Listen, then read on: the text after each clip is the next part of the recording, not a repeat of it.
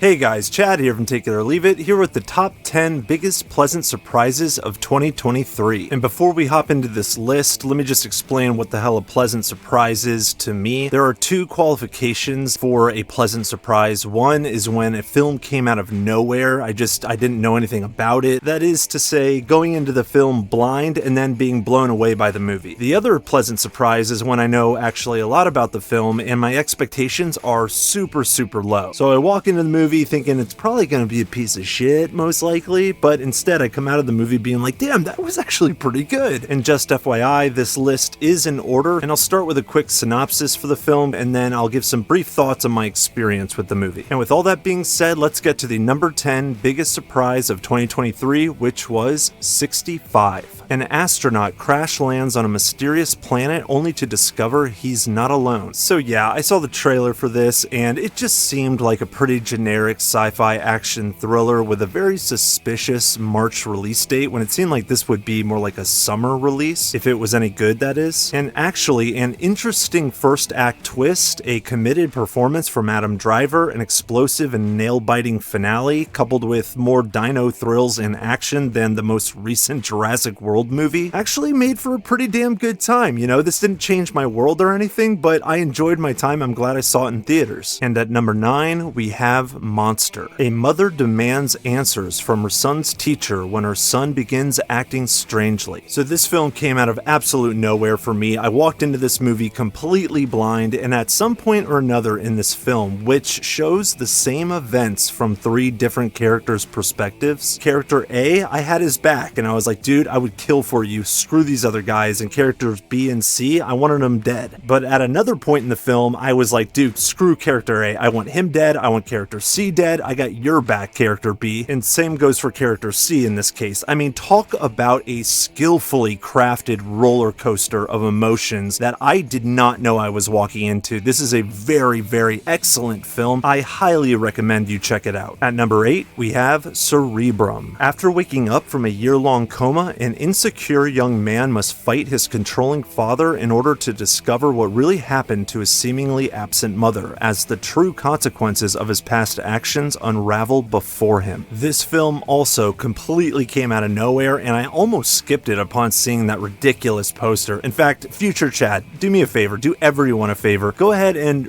replace the poster. Replace it, stupid. I don't even know why you put it up there. That's ridiculous. Yes, that one. That's a much better poster, right? I'm not crazy, but something about the synopsis and the trailer gave me cautious, reluctant hope, and I was so pleasantly surprised by this film, especially by the 2 lead performances. They were fantastic. At number 7, we have Into the Abyss. Trying to escape danger in a post-apocalyptic world, Bannon realizes that his very existence will be put to the test. This may be the most out-of-nowhere movie on this list. I really completely just stumbled on this movie, and the poster caught my eye. It seemed to promise some alien or cosmic horror, and that was pretty exciting to me. And I could not find this frickin' film anywhere for like weeks, if not months. So I almost gave up on it until it finally showed up, I think, on Tubi. And this film is the stuff of glorious lo-fi sci-fi horror and has some of the best and most authentic production and set design and art direction that I've seen in a micro-budget film in recent memory. It kind of has an Odyssey feel to it, except with aliens and shit, but like, if that sounds cool to you, I definitely recommend you check it out if it looks interesting. At number 6, we have Haunting of the Queen Mary. This film explores the mysterious and violent events surrounding one family's voyage on Halloween night in 1938 and their interwoven destiny with another family on board the infamous ocean liner in present day. Dude, look at that poster. Look at that title. For real, that looks like it was made by The Asylum. Come on. The movie has no business at all being good good or compelling, and yet somehow it is? Who would have guessed it? Certainly not me, but this film is far more bold and ambitious than it has any right to be, and I applaud the filmmakers for completely shattering my expectations. At number 5, we have Resurrected. A priest uncovers a conspiracy about the Vatican knowing how to resurrect people from the dead. Let's get right down to it. This seemed like a generic desktop techno horror film that, especially with the whole VR element, I just thought it looked pretty plain and not much to it. But at the last second, I saw that this film was produced by Timur Bekmambetov, which is a frickin' mouthful, by the way, so sorry if I totally butchered it, but he directed Wanted as well as Night Watch and Day Watch, which are some pretty out there awesome action films. And he also produced Searching, another desktop thriller, and that was apparently pretty good, so I wanted to give this one a shot. And to my surprise, the writers deserve such a big pat on the back. They ended up fleshing out this story and did a ton of world building that ended up hooking me far more than I expected it would. I did a recommendation video for this film in early 2023, and I gotta tell you, I stand by it. At number 4, we have Hell House LLC Origins, The Carmichael Manor. A group of cold case investigators stay at the Carmichael Manor, site of the grisly and unsolved murders of the Carmichael family back in the 80s. After 4 nights, the group was never heard from again. Have you seen Hell House LLC? If you're a found footage fan like myself, you have to check it out. It's excellent. Something that can't be said for its 2 sequels, which were so terrible that I had reluctantly written off this entire franchise. The 2 sequels were so goddamn atrocious that I had zero expectations for this prequel, sequel movie, whatever you want to call it. And to my very pleasant surprise, they may have completely redeemed the entire franchise and breathed new life into it. At least for me. It's not as good as the original, but damn, what a comeback. I'm excited for the 5th movie. At number 3, we have Old Flame. A college reunion spirals into violence when 2 former lovers reconnect and rediscover a dangerous secret. If you already saw my recommendation for this film, then you already know this, but about a third the way through this movie, I swear to God, I thought I was watching the wrong film. It was just way too much like a bubbly Lifetime romantic comedy. But little did I know that this was all a part of the plan, because with crisp direction, exquisite writing, and 2 magnificent lead performances, this film was able to completely subvert my expectations in Acts 2 and 3. At number 2, we have Beaten to Death. A desperate choice leads Jack down a path that leaves him beaten and bruised as he struggles against man, nature, and his own insanity. Look, if you saw my review for this film, then you already know. This was one of, if not the most grueling movie-going experience I had in 2023, and that's not a condemnation. And in terms of my evaluation of the film when I left the theater, what started out as a brutal, pulpy survival horror film that has glimpses of substance evolved into a brutal, pulpy survival horror film that has significant substance embedded deep in the roots of the film. And the more time I've had to continue thinking about it, the more the film has lingered with me and the more I've committed to that latter determination. If you're into this genre, then I definitely recommend you check this out because there's definitely more layers to this film. Just know what you're getting into before you go see it. And the number 1 biggest surprise of 2023 for me,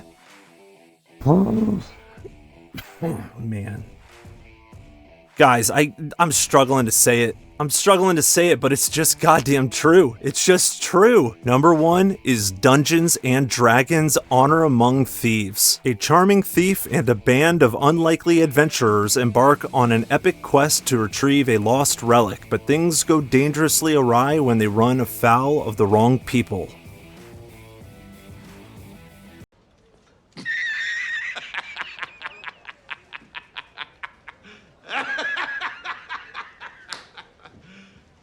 Serious? Listen, what the hell is this frickin' movie doing on any of my lists? This shouldn't even be on my disappointments list. I should have expected it to be hot garbage, and then it's hot garbage. I mean, are you seeing this trailer? What a waste of goddamn time! Instead, this movie turned out to essentially be a time machine that transported me back to the late 90s, early 2000s, and bubbled up feelings that I haven't felt this strongly since I saw the first first Pirates of the Caribbean movie, and look, credit where credit's due. I can't believe that in 2023, filmmakers were able to bring about those old feelings again. I mean, it's some serious cinematic wizardry if you think about it. And if you're not dying at the end of this scene, once were contenders, now are befrienders. Oh, let's celebrate lasses and lads. Where once were contenders, now are befrienders. Let's celebrate lasses, celebrate lasses, celebrate lasses, celebrate lasses. What's going on? My foot is stuck. Concentrate, son. Braid, braid, braid, braid, braid, braid, braid, braid, braid, braid, braid. What madness is this?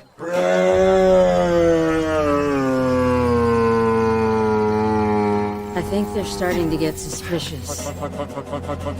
then I don't know what to do for you, because I lost my shit in the theater when I saw this. So congrats to Dungeons & Dragons for being the #1 spot on my biggest surprises of 2023 list. Also, side note, it's only appropriate that Dungeons & Dragons be mentioned after Beaten to Death, as that's also the order in which you should watch those two movies. Hey, fair warning. But those are just my thoughts, take it or leave it. What do you guys think? Do you have your own biggest surprises of 2023 list, and does it look like mine, or is it dramatically different? Let me know down in the comments section. Let's talk about it. And as usual, guys, thank you so much for stopping by my channel. I really appreciate it. Don't be afraid to hit that like and subscribe button. And until next time, I'm Chad from Take It or Leave It, and I'll check you later. Check you later. Check you later.